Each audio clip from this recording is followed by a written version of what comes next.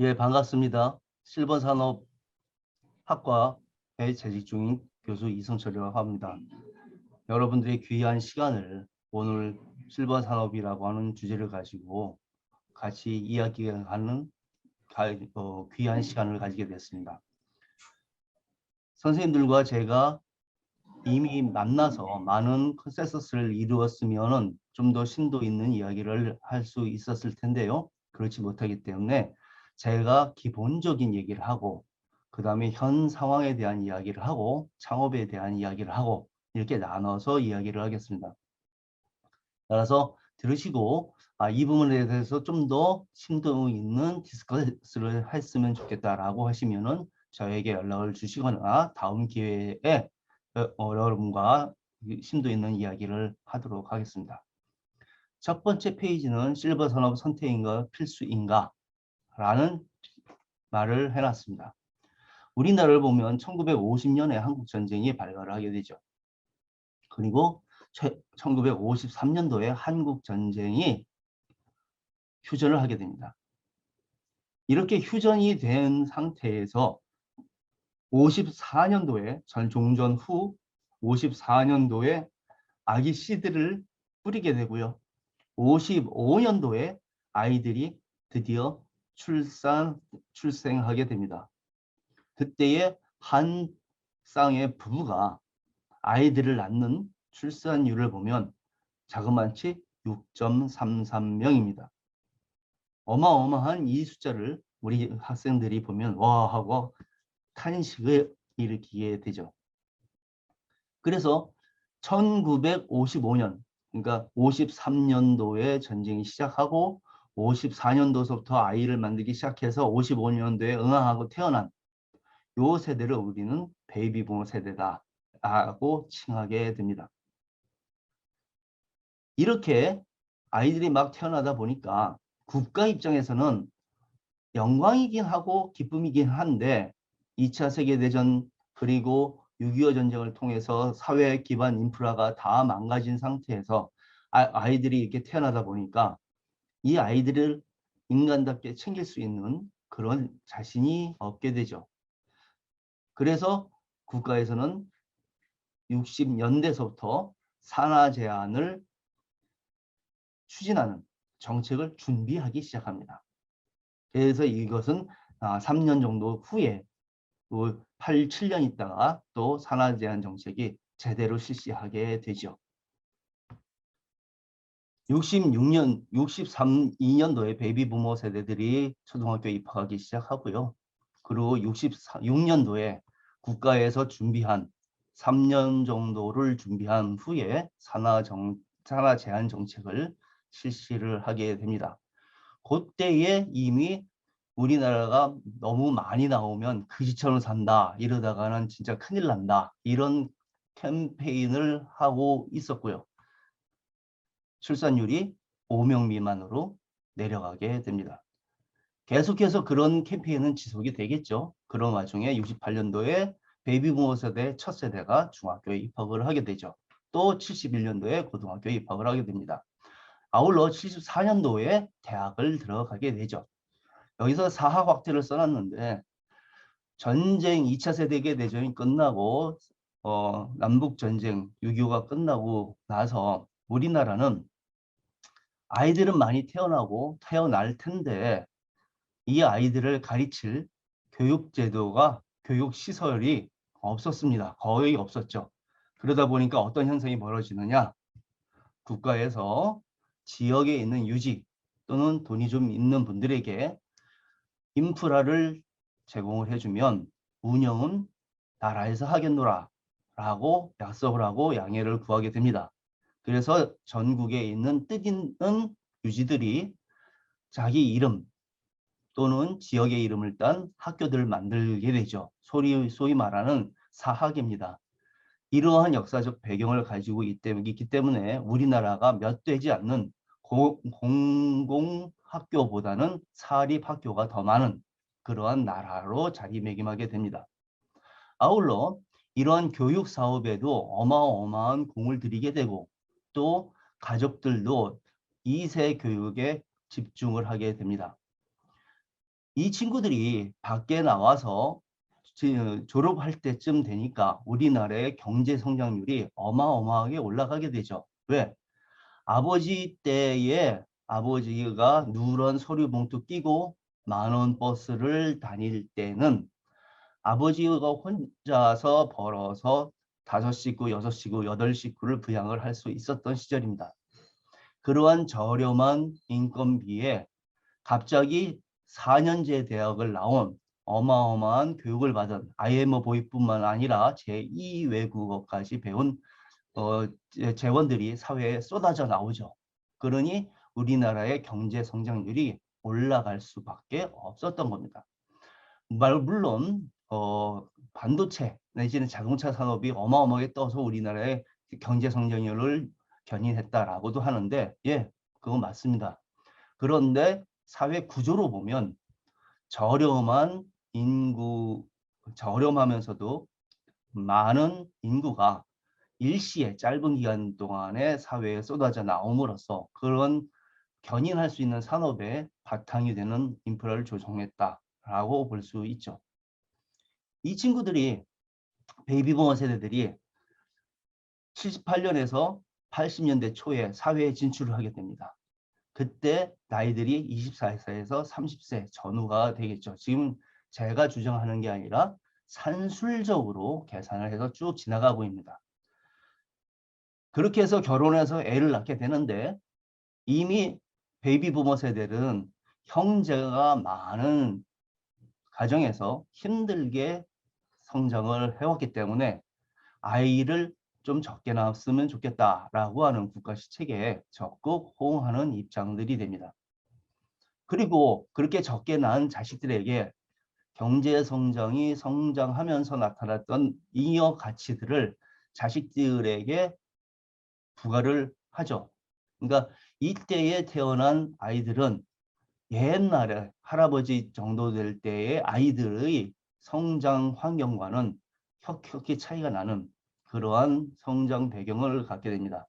따라서 81년도쯤 되면은 국가에서는 계속 산하 제한을 하는 정책을 핀 결과 2.57명으로 출산율이 줄어들지만 그 적게 태어난 아이들에 대한 비용 지출은 어마어마하게 늘어나게 됩니다. 그래서 유아산업과 사교육산업이 번창을 하게 되죠. 계속해서 국가에서는 아이를 그만 낳았으면 좋겠다라고 하는 정책은 계속 이어져 갑니다. 그래서 82년, 91년에는 결국 1.7명대로 줄어들게 됩니다. 그러나 이미 그만 좀 낳았으면 좋겠다라고 하는 가족계획 사업은 정착이 됐고 여기에 교육화되고 익숙화된 국민들은 아이들을 적게 낳는 것을 멈추지를 않습니다. 계속 적게 낳게 되죠. 계속해서 베이비 부머 세대들이 나이가 들어갑니다. 그러다 보니까 나이가 지금 50세 이제 넘어가게 돼버리게 되죠. 이미 국가는 경제 성장을 해서 가처분 소득은 늘어났고 또 교육은 받아서 전 세계에 유리가 없는 대학 출신, 대학생을 포함하면 거의 70%를 넘어가는 독특한 나라가 됩니다. 그러다 보니까 나이 들었을 때에 이분들이 가지고 있는 관심거리는 뭐냐? 아, 죽을 때 죽더라도 건강하게 살아야겠다. 인 겁니다. 그래서 건강에 관심을 갖게 되고 이러한 소비자들의 욕구를 기업들이 모를 리가 없죠. 그래서 기업들이 대형 병원을 설립을 하게 됩니다. 뭐 척 들으면 다 아실 만한 기업들이 병원을 만들게 되죠. 문제는 이렇게 병원 산업까지 뛰어났는데 베이비부머 세대들은 계속 나이가 들어갑니다. 그러다 보니까 퇴직을 하게 되고 이제 퇴직 나이가 돼서 제일 걱정하는 게 뭔가요? 야, 나 나이 들어서 이제 늙어서 있으면 내 자식은 하나 내지 둘밖에 없는데 얘네들이 나를 챙기느라고 자기네 앞가림도 못하고 내가 나이가 들어서 짐이 되면 어떡하나. 그래가지고 연금이라든지 또는 사망했을 때에 자식에게 폐가 안 되게끔, 부담이 안 되게끔 하는 그런 상조에 가입을 하게 됩니다. 그래서 지금 많이들 아시다시피 언론, TV 이런 데를 키면은 무슨 상조 하는 어마어마한 상조 사업을 보실 수가 있어요. 더 놀라운 것은 각 상조가 가지고 있는 자산 규모를 보면은 웬만한 중견기업 두세 개를 합쳐도 못 따라갈 만큼의 어마어마한 돈들을 가지고 있습니다. 이렇게 베이비부머 세대들은 본격적으로 퇴직하게 되죠. 그러다 보니까 연금, 상속, 증여, 상조와 같은 그런 업종이 부각이 됩니다. 그래서 이제 베이비부머 세대가 62세가 됩니다. 그래서 이러한 경제 규모 이런 것들이 쭉 베이비부머 세대의 규모에 맞춰서 사회가 성장을 해왔는데 문제는 베이비부머 세대의 자식들은 한 명, 두 명밖에 없다 보니까 사회 규모가 급격히 쪼그라들어야 되는 그러한 문제를 우리는 당면을 하고 있습니다. 아시다시피 수년 전에 유치원에 대한 축소와 지원 한정에 대한 사회적인 논란이 뜨거웠고요. 벌써 분교 다 없어지고 통폐합했고요. 중고 지금 가보시면 학교가 주는 건 둘째치고 학급의 학생 수가 30명이 넘을까 말까 합니다. 어저께 도화 언론에 보니까 세종시에서는 20명대로 내리는 것을 추진을 한다고 합니다. 한 학급의 인원수를. 그런 상황이 되어버렸죠. 우리나라가.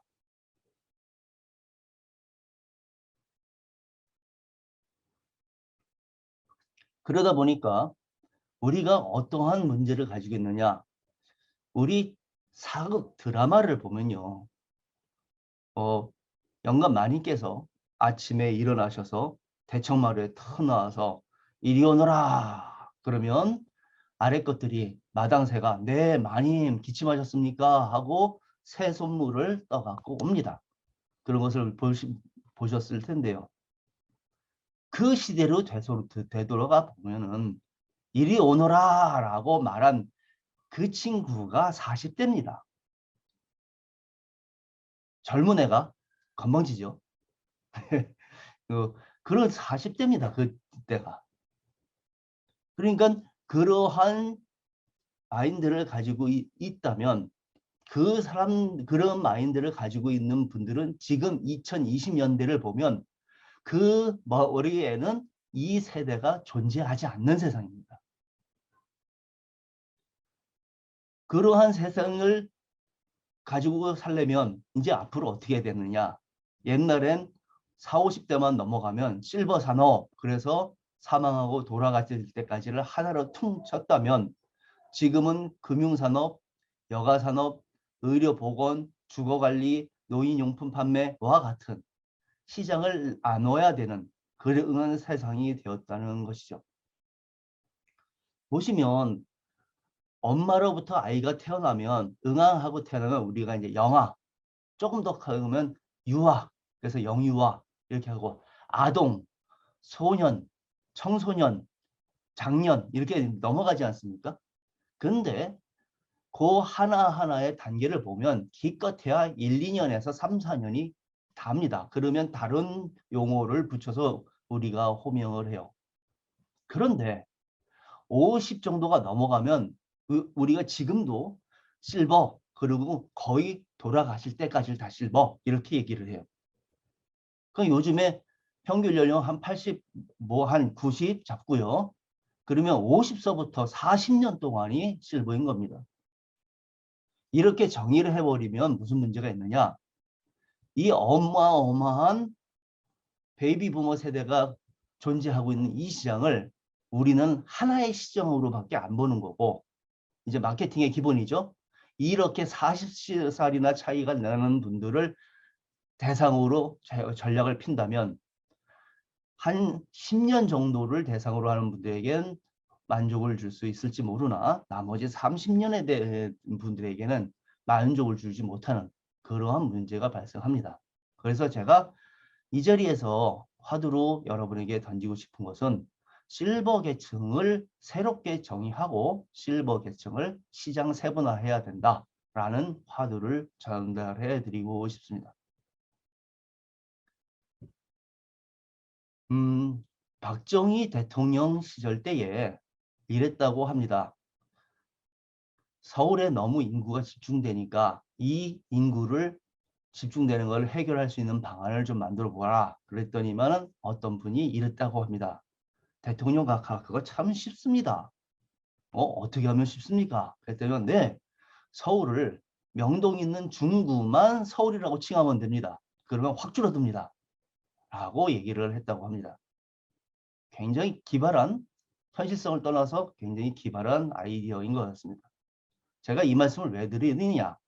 우리가 지금 실버 산업을 이야기를 하면 제가 아까 심우정 대표님의 강의도 잠깐 귀뚱으로 딴 일을 하면서 들었는데요. 실버 산업을 우리가 제대로 정의를 하지 않으면 그 실버 산업은 보이지가 않습니다. 지금 화면에 피사의 사탑이 나오고 있죠. 이 동네가 이름이 피사 아닙니까? 거기에 기울어진 탑이다 그래서 사탑, 피사의 사탑이라고 하는데 이게 뭐가 잘못됐습니까? 라고 얘기하면 우리 학생들은 대부분 그렇습니다. 건물을 잘못 졌습니다. 이렇게 얘기를 해요. 근데 저는 이렇게 얘기하죠. 그런데 이거는 건물을 참 잘 진 겁니다. 왜? 건 100여 년, 200년을 이렇게 기울여진 채로 버티고 있다는 것은 건물을 참 잘 지은 거라고 봅니다. 그럼 뭐가 문제냐? 건물의 기반이 잘못된 거죠. 땅을 잘못 다진 거다라고 보여집니다. 뭐 일상적인 상식 차원에서 말씀을 드리는 겁니다. 즉 실버 산업에 대한 인식이 기울어져 있으면 거기다가 아무리 건물을 똑바로 직각으로 지어도 사탑을 짓게 되는 그러한 불상사가 나타난다는 겁니다. 실버는 노인이 아닙니다. 실버는 중장년층이죠. 서울시장 때도 이렇게 정의를 하려고 했었고요. 작년을 장사할 때, 길장자가 아니라 장사할 때 장자를 쓰는 걸로 쓰자라고 제의를 했었고요. 그런데 자꾸 많은 분들이 실버는 돈이다 이런 암암리의 생각을 하세요. 왜 그런 것이 나타나는가는 쭉 뒤로 가면서 말씀을 드리죠. 하여 실버 산업이라고 하는 것은 저는 두 가지로 봅니다. 실버를 대상으로 하는 비즈니스냐 아니면 실버 자신이 주체가 되는 비즈니스냐인 겁니다. 지금으로부터 10여 년 전에 선생님들은 잘 아실 겁니다. 우리나라에 동네 피자집 엄청 생겼죠. 또 동네 치킨집 많이 생겼습니다. 우리나라의 4대 창업 중에 두 가지가 치킨과 뭡니까 피자집이었지 않습니까? 그 두 개가 가장 많이 망한 업종이기도 합니다. 왜 그랬습니까? 그때부터 이미 실버들이 40대서부터 퇴직을 했어요. 그리고 퇴직금과 위로금 만들어놨던 잉여 자금을 가지고 창업이나 해볼까? 그리고 창업을 너도 나도 했죠. 바로 실버가 주체가 되든가 그런 영역에 해당이 되는 말씀입니다. 자, 그러면 실버가 어떤 사람들인가를 잠깐 말씀을 드렸고 이것을 잠깐 홀드를 하죠. 머릿속에 잠깐 홀드를 하고 그럼 우리가 살아가는 실버뿐만 아니라 2020년대 2000년대 들어와서 2020년대에 우리가 살고 있는 세상은 어떤가에 대한 것을 잠깐만 보고 가겠습니다.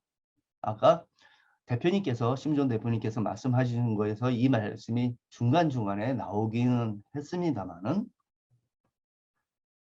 자 4차 산업혁명 이렇게 얘기합니다. 4차 산업혁명을 정의해 보세요. 4차 산업혁명이 뭡니까? 이렇게 얘기하면 참 다양한 이야기가 나올 수 있을 겁니다.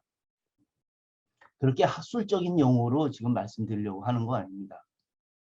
자, 우리가 살고 있는 이 시대 새롭게 막 장이 열리고 있다고 하는데 이 장이 열리고 있는 시대 지금 다 살고 계시죠? 얼마 전에 삼성전자에서 핸드폰을 또 플립형, 폴드형을 새로 만들어서 아주 대박이 터지고 있다고 합니다.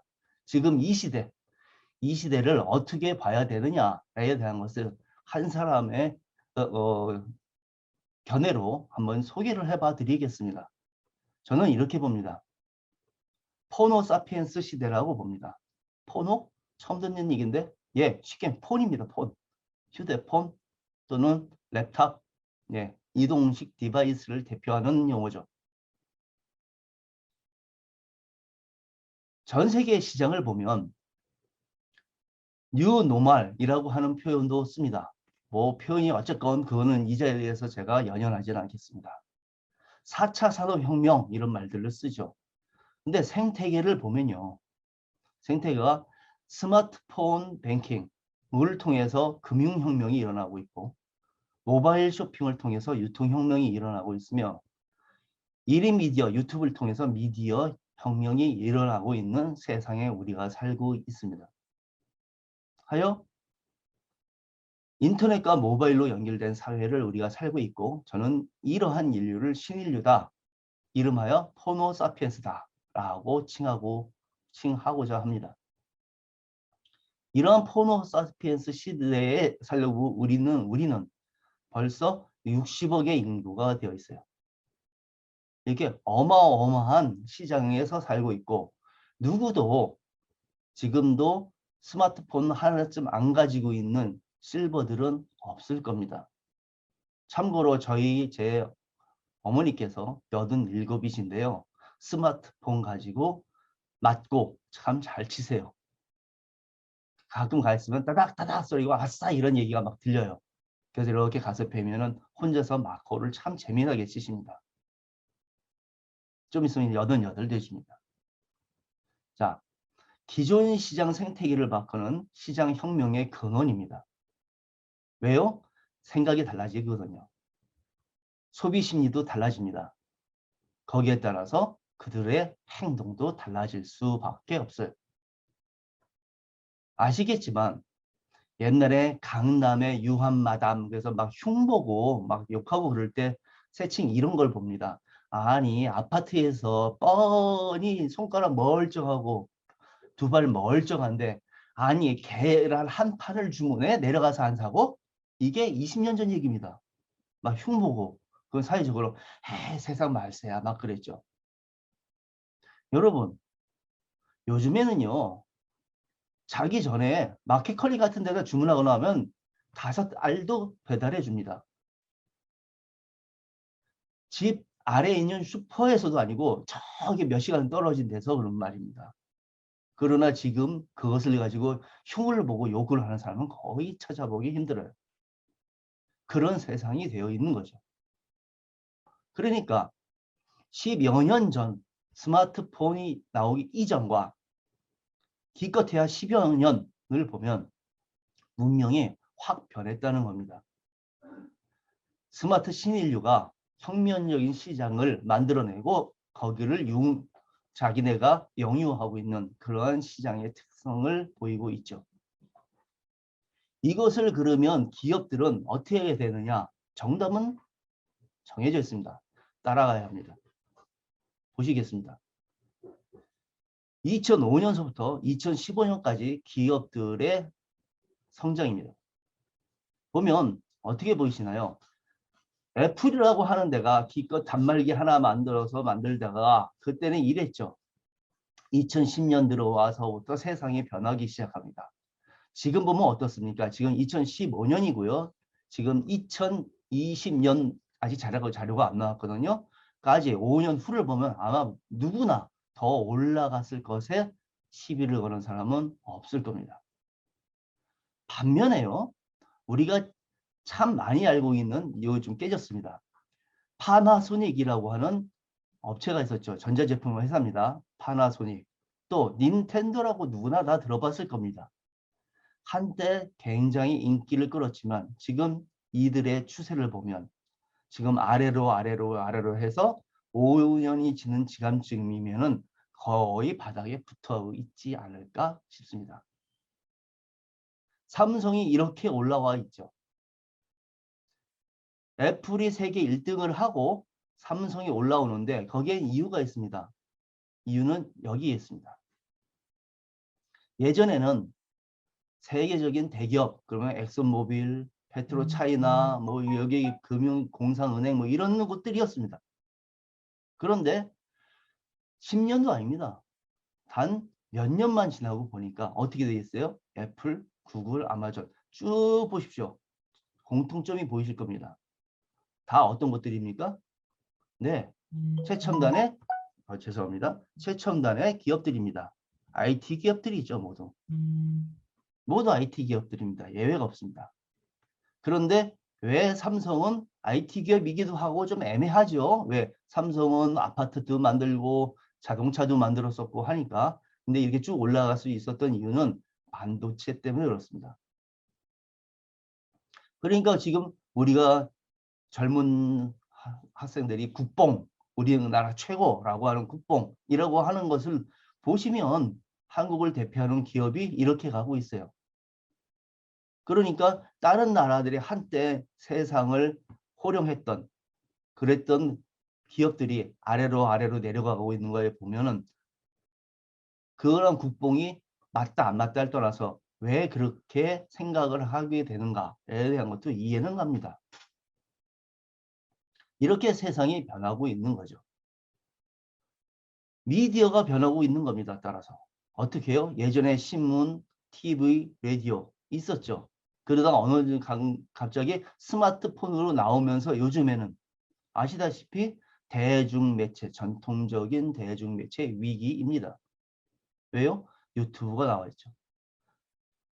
신문, TV 시청률이 유튜브의 10분의 1도 안 된다는 사실. 어마어마한 혁명을 우리는 맞이하고 있습니다. 그 다음에 시장이 어떻게 변하고 있습니까? 지상파 광고비는 16% 아니라 지금 20% 가까이 감소했고요. 구글, 페이스북, 네이버 여기 지금 계신 선생님들께서 대학을 다닐 때만 해도 이런 거 이름 듣지 못한 분들이 많으실 겁니다. 근데 지금은 아예 개인 미디어가 세상이 중심이 되는 그런 쪽으로 바뀌고 있는 세상을 살고 있습니다. 초연결 사회에서 유튜브에서 탑 5명의 스타를 보는데요. 벌어들이는 이들의 수입을 보면 어마어마합니다. 또 이들이 가지고 있는 노출을 시킬 수 있는 서브스크라이브 구독자는 어마어마합니다. 지금 제가 어마어마합니다라고 하는 것은 TV 따위가 지금 표현은 이해를 해주십시오. 강조하기 위한 거니까 TV 따위가 한 프로에 몇 명이 봤어요 라고 하는 거랑은 어마어마하게 차이가 납니다. 레벨이 다릅니다. 소위 말하는. 그래서 넷플릭스라든지 아마존 이런 것들이 이미 시장의 중심이 되어 있습니다. 지금은 저와 시간을 같이 하시는 여러분께서 연세가 어떻게 되실지 모르지만 그거 젊은 애들 얘기야. 이렇게 생각하시면 우리 조금 반성을 해야 될 부분입니다.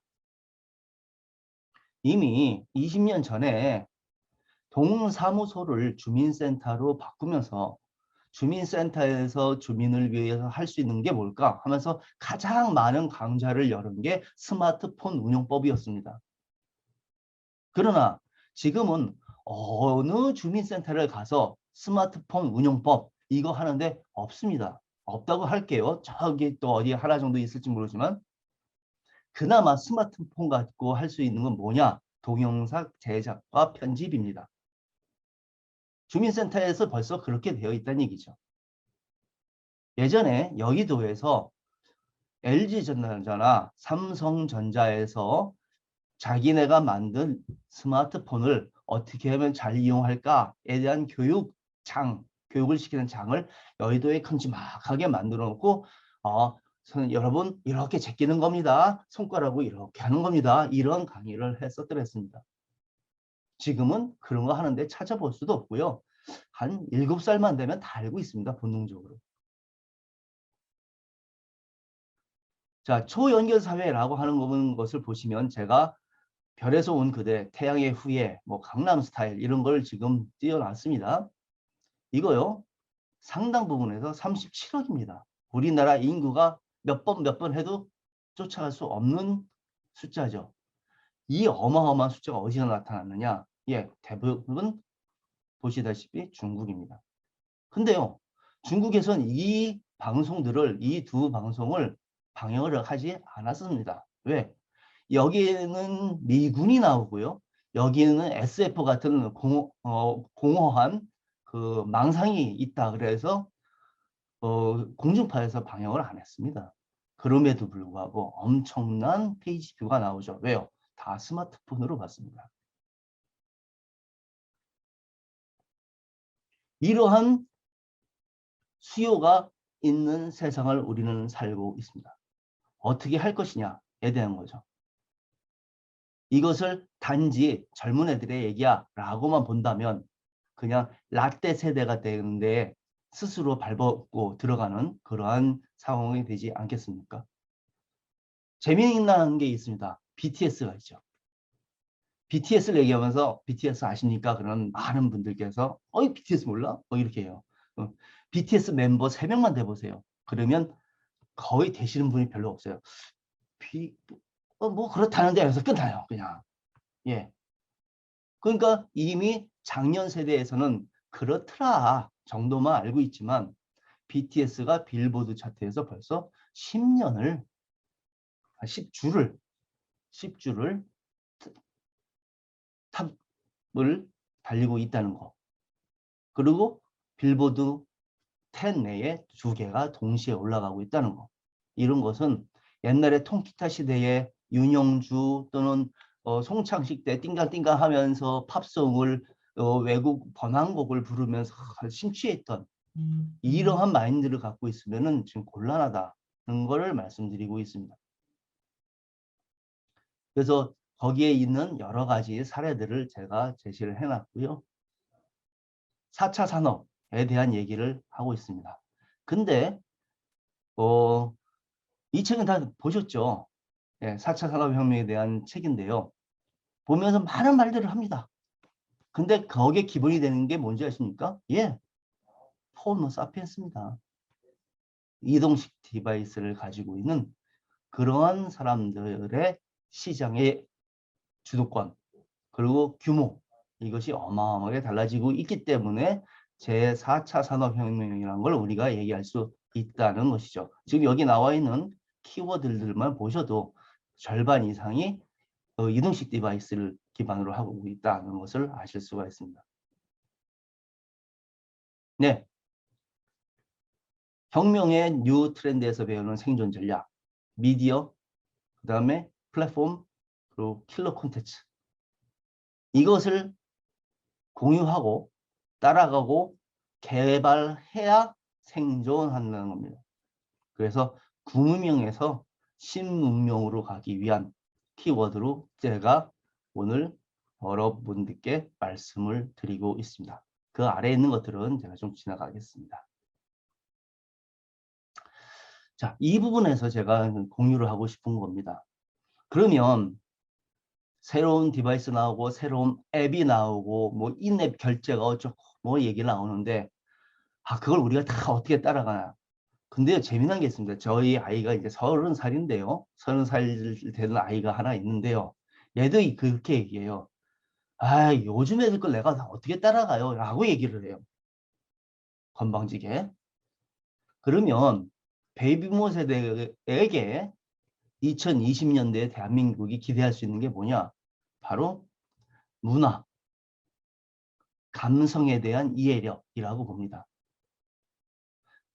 생태계를 건강하게 만들려면 기술자도 있어야 되지만 그 기술 갖고 뭐 할 거였는지 그 기술을 왜 만들어야 하는지에 대한 문화적인 힘이 존재해야 된다고 봅니다.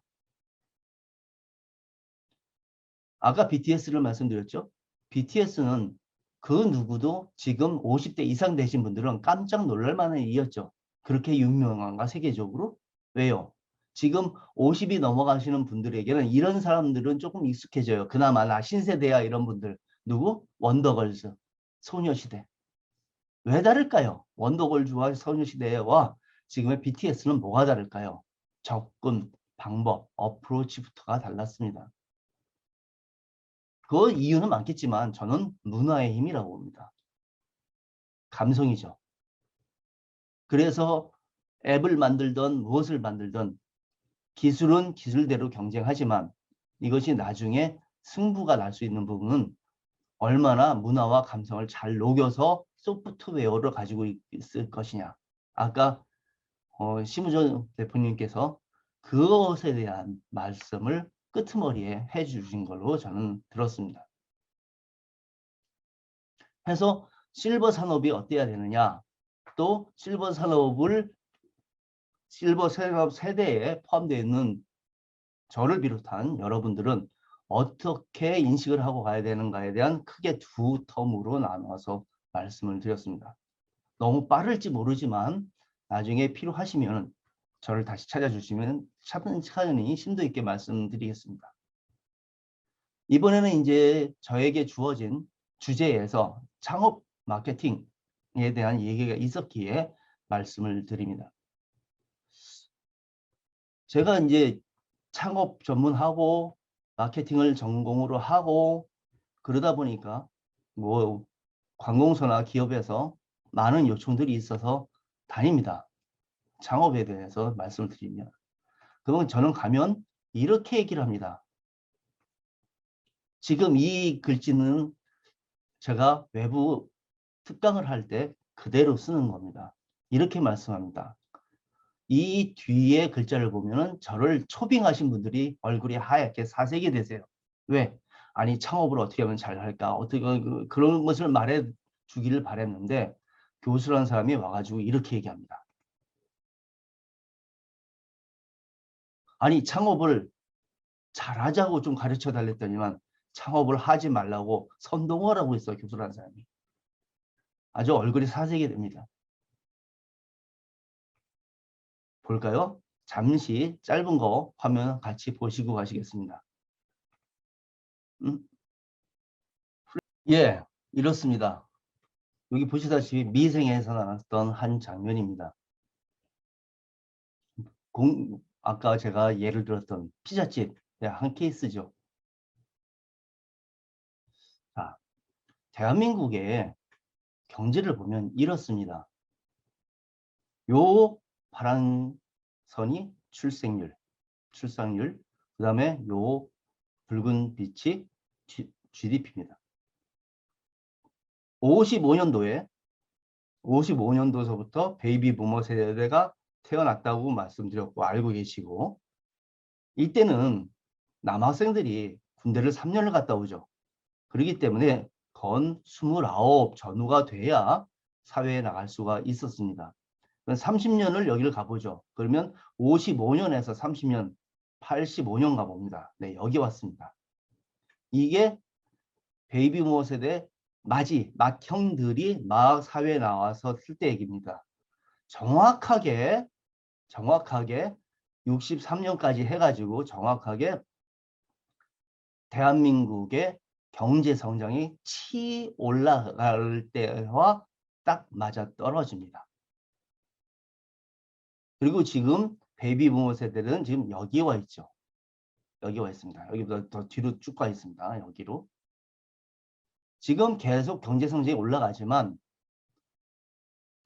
우리나라의 전체 인구수는 내려가고 있죠. 출생률이 내려가고 있으나 여기때까지만 해도 인구수는 증가하고 있었습니다. 왜? 돌아가시지 않으니까요. 최근서부터 지금 인구가 감소하는 나라가 됐죠. 그러면 앞으로 이 GDP 경제 성장률은 앞으로 계속 올라갈 수 있겠느냐? 과연 그러겠느냐?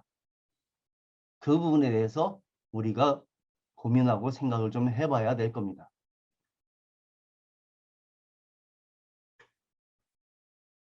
창업을 합니다.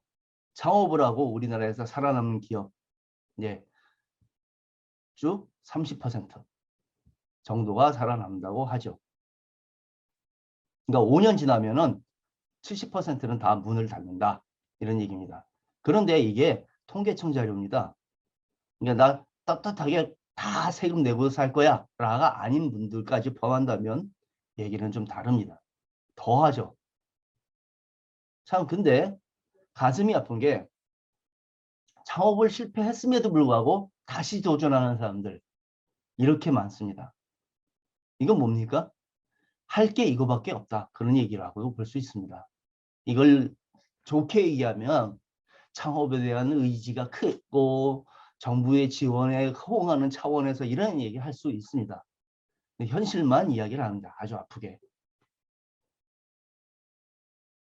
그러면 창업에 실패하는 이유가 무엇일까를 보면 많은 분들이 이런저런 문제를 얘기하십니다. 근데 저는요, 여기 나와 있죠. 시장이 원하지 않는 제품과 서비스를 만들어서 팔려고 하니 시장이 수용해주지 않는다는 겁니다. 이유는 저희 학교 앞에 많은 가게들을 새로 하시면서 이 학교에 창업 전문가가 있으시대 하고 전화를 하고 찾아오시는 자영업자 사장님들이 제법 있으세요. 근데 만나서 말씀을 나눠보면요, 참 마음이 아픕니다. 아주 극단적인 표현을 하면 이렇습니다. 당신께서 국수를 참 맛있게 만들어요. 자식들도 자녀들도 국수가 맛있다 그러고 지인들도 국수가 맛있다 그래요. 그래서 이거 가지고 창업하면 돈 좀 벌까? 그러고 가게를 내세요. 제가 이 얘기를 왜 극단적인 예라고 해서 말씀드리냐 하면 경영학, 마케팅은 둘째치고 경영학만 조금 배워보면 기본이 뭡니까? 시장이 원하는 것을 해야 합니다. 그러기 위해서는 시장이 뭘 원하는가를 조사해야 하고요. 일체 없죠. 최근 몇 년 동안 가장 많았던 건 커피숍입니다. 시장이 과연 원하는지를 봐야 되잖아요. 마음이 아픈 게 커피숍을 엽니다. 그럼 방문해 주셨으니까 꽃다발 사들고 개업 축하합니다 하고 가요. 근데 마음이 아픕니다. 왜요? 몇 년 못 버티실 거기 때문에. 그거 어떻게 했냐고요? 그냥 압니다. 당연히. 처음 만났을 때 여쭤봅니다. 아, 사장님, 아메리카노 한 잔에 단가가 얼마나 되세요? 10명이면 9명 대답 못합니다. 처음부터 끝까지 뭐라 그러는지 아십니까? 저희 커피 좋아요. 커피가 좋다는 기준이 뭘까요? 많은 분들이 선생님들께서 커피도 드셔보셔서 잘 아시겠지만 많은 카페에 이렇게 써 있습니다. 갓 볶은 커피, 며칠 된 커피. 그럼 우리는 신선한 커피라고 생각하죠. 이렇게 생각하시는 분들은 커피숍 하시면 안 된다는 거죠. 왜? 햅쌀로 쌀을 한 걸 전제로 하면 안 돼요. 몇 년 묵은 정부미로 좀 전에 밥을 했어요. 그러면 어떤 밥입니까? 햇밥입니까? 얘기가 다르죠. 자기가 사갖고 커피를 만드는 그 원두가 몇 년도에 수확된 건지를 몰라요. 솔직히 제가 한 50여 개의 실버 카페를 만들어 드리면서 자문했지만 커피를 사시면서 수입 인증에 인보이스 좀 봅시다 라고 하시는 분은 본 적이 없네요. 제가 운이 없어서 그런 부분들을 만났는지 모르겠습니다만. 시장이 원하냐고요, 커피를. 커피를 원하죠. 근데 내 커피를 원하느냐, 이걸 생각을 해봐야겠죠. 심도 있는 건 나중에 또 기회가 되면 우리 선생님들과 또 말씀을 나누도록 하겠습니다. 그래서 어떻게 할 거냐는 겁니다.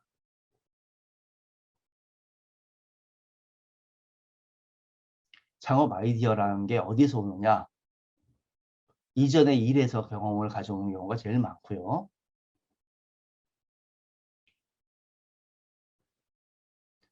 고객이 뭘 원하고 원하는 것을 해결할 수 있는 것이 무엇이냐?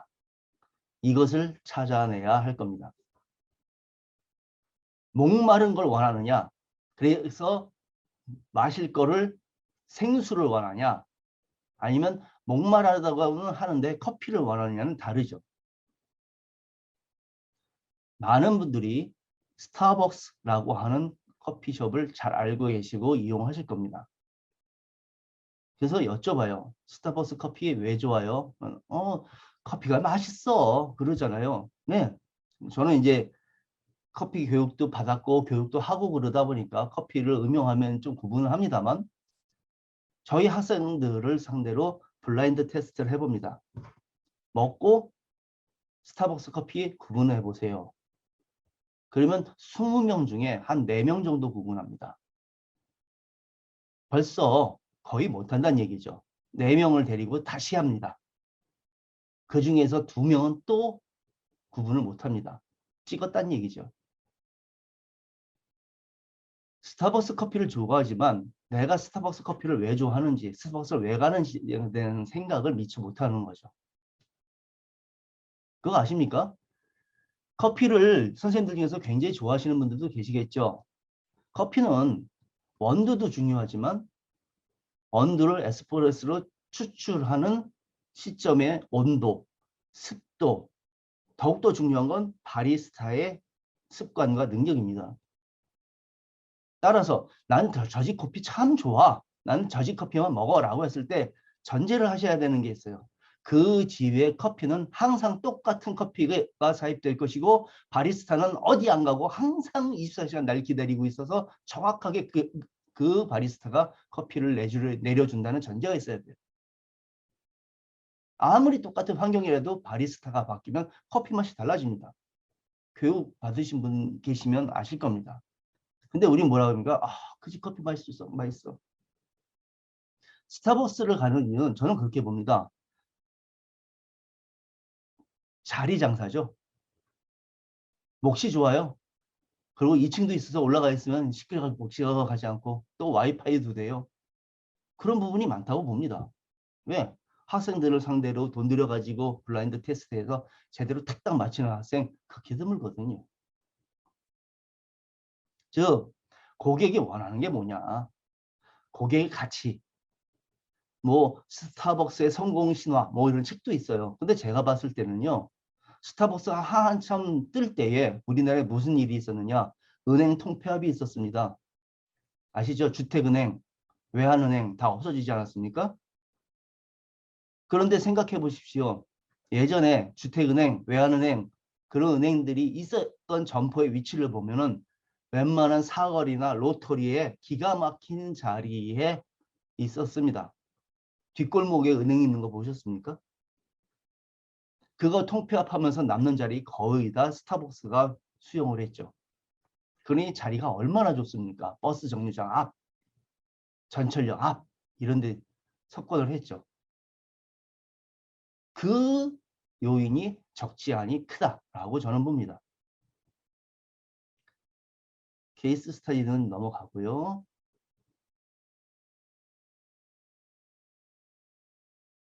왜 넘어가냐면은 이거 소비자가 원하는 게 뭔지를 명확하게 알고 가라 이겁니다. 이 알밤이라는 케이스거든요. 알밤은 뭐냐면 아르바이트 학생들이 와서 오후 가구에 대한 근태 관리를 주인이 다 일일이 앉아가지고 하기가 좀 그렇잖아요. 그러니까 이걸 프로그램을 만들어 버린 겁니다. 앱으로. 그리고 그 데이터를 국세청에 자동적으로 제출하는 데에 국세청에게 허가를 받고 연동을 시켜버린 그러한 프로그램이 되겠습니다.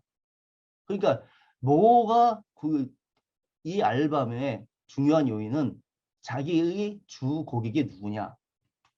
자영업자예요. 자영업자의 가장 큰 문제가 뭐냐?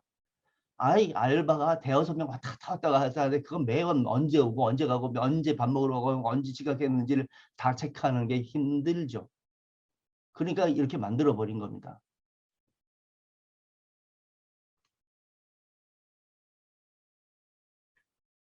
창업이 성공하고 실패한 케이스를 보겠습니다. 아까 이 부분은 심우정 박사님도 이 케이스를 가지고 얘기하시지 않으셨나 생각하는데요. 딜라이트라고 하는 보청기 회사입니다. 재미나게 20대 초 중반의 학생들로 창업을 한 회사입니다. 보청기입니다. 기능이 뭐 다른 것도 아니고. 왜 대박이 터졌느냐? 소위 말하는 300, 500, 요즘 1000만 원짜리 넘어가는 것도 있더라고요. 근데 굉장히 저렴한 34만 원입니다. 대충 만들었냐? 아니요. 잘 만들었습니다. 이유는 자기네들이 가지고 있는 사회적 가치를 어떻게 실현할 것이냐에 대한 거죠. 하여 개개인의 맞춤이 아니라 모듈로 정형화시키고요. 규격에 따라서 제품을 생산하죠. 그래서 대중화시키는 데 성공을 하게 됩니다. 이것이 딜라이트 보청기가 성공한 케이스가 되겠습니다.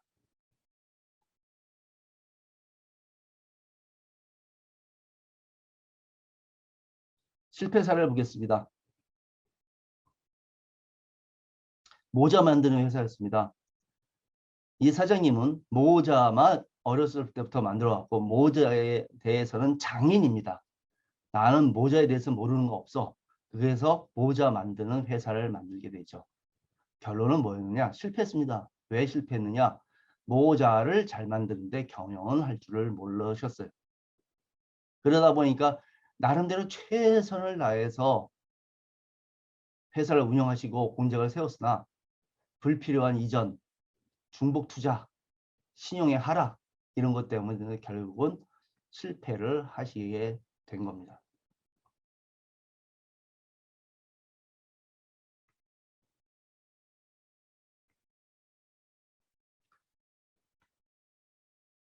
자, 실버 창업이 왜 실패하느냐를 보겠습니다. 조급한 은퇴자들의 심리를 꼽습니다.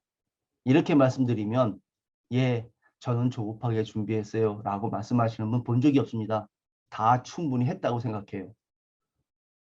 업종과 상황에 따라서 다르지만 제가 말하는 충분한 시간이다라고 하는 최소 8개월 이상입니다. 1년 정도를 생각하는데요. 왜요? 계절이 바뀌어는 봐야죠. 또 연말 정산 정도는 해봐야죠. 부가가치세 신고하는 때 정도는 봐야 그 업종에 대해서 나 조금 안다라고 말할 수 있을 겁니다. 또 두 번째, 잊지 못하는 과거의 영광입니다. 내가 왕년에 뭐 이거는 부연 설명 안 해도 잘 아실 거고 자만과 준비 부족이죠. 이 부분은 비슷하다고 생각하실지 모르겠지만 또 하나 있습니다. 나 어느 정도 경제력 되니까 이거 가지고 3년 살 수 있어. 이런 생각들 많이 하십니다. 아시다시피 꽃감에서 꽃감 하나씩 빼먹는 거 눈에 안 보이지만 순식간에 없어집니다. 우리나라의 자영업자 부도율입니다. 50대, 60대가 이 정도 나타나고 있죠. 이거 부도율입니다. 부도율. 그러니까 자기가 가지고 있는 자산을 메꿀 수 있는 사람들 빼고요. 근데 문제가 있죠.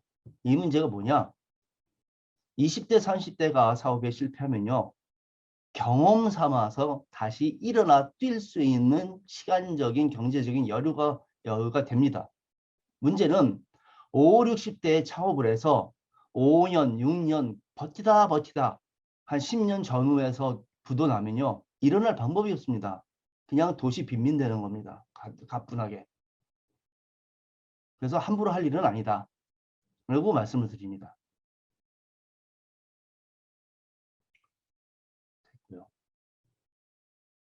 성공 사례는 이분에 대한 자기가 평소에 좋아하던 음악, 미술을 조금씩 모아가지고 자기만의 프라이빗한 그러한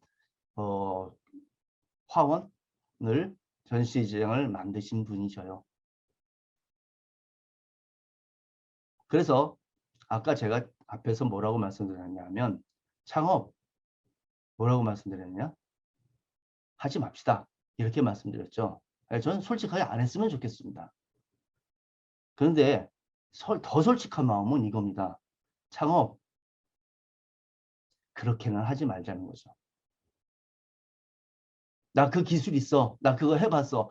누가 그거 있대. 그래서 하지 말자는 거죠. 그 지금 세 가지 말에 빠져 있는 게 뭡니까? 소비자가 원하더라가 빠져 있어요. 소비자가 원하지 않는 거 들고 가가지고 이거 기가 막힙니다 라고 얘기를 합니다. 가슴이 아픕니다. 그래서는 안 된다. 말씀을 드립니다. 우리가 흔히 젊다 라는 말들을 쓰고 그리고 그 젊다가 성숙해지면 점잖다 이런 얘기하죠. 그것은 젊지 않다는 뜻이죠. 그래서 점잖다는 것은 우리 시니어들에게 해당되는 말로 언행이나 태도가 의젓하고 신중해야 되겠죠. 물론 품격도 있고 고상해야 되겠지만요. 끝으로 한 말씀을 더 드리면서 제가 마치겠습니다.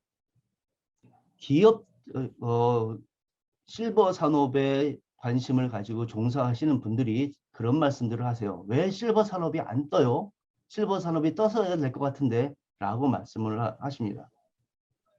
저는 이렇게 말씀드립니다. 실버 산업이 이미 떴습니다. 좀 있으면 집니다.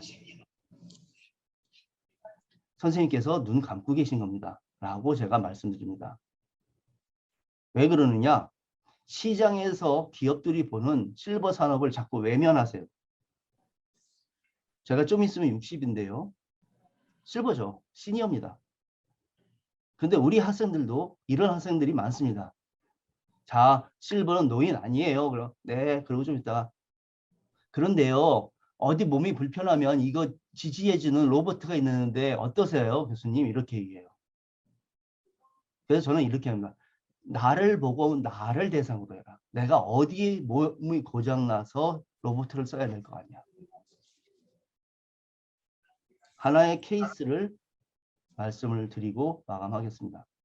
모 자동차 회사에 한 10여 년 전에 회의를 갔습니다. 제가 쭉 얘기를 했죠. 그랬더니만 교수님, 그건 노인 제품 아닙니까? 실버 제품을 말씀해 주십시오. 자동차 회사입니다. 우리나라 자동차 회사 여러 개 없습니다. 그래서 스터디해서 어떤 것을 제시를 했느냐.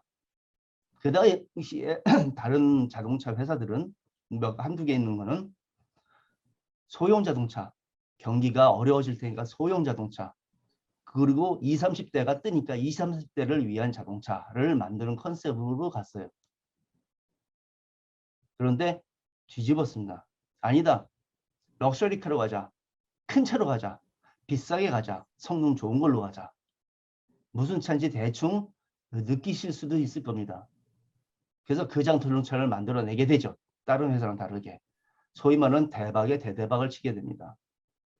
보십시오. 많은 분들이 20, 30대 시장이 뜬다고 말씀하세요. 뜨죠? 근데 이거 한계가 있습니다. 왜? 절대 인구수가 적습니다. 그리고 지금 20, 30대가 자기 차 타고 다니면서 행세하기 쉽지 않습니다. 요즘 애들. 대한민국의 가처분 소득은 대부분 어디 있느냐? 바로 시니어들에게 있어요.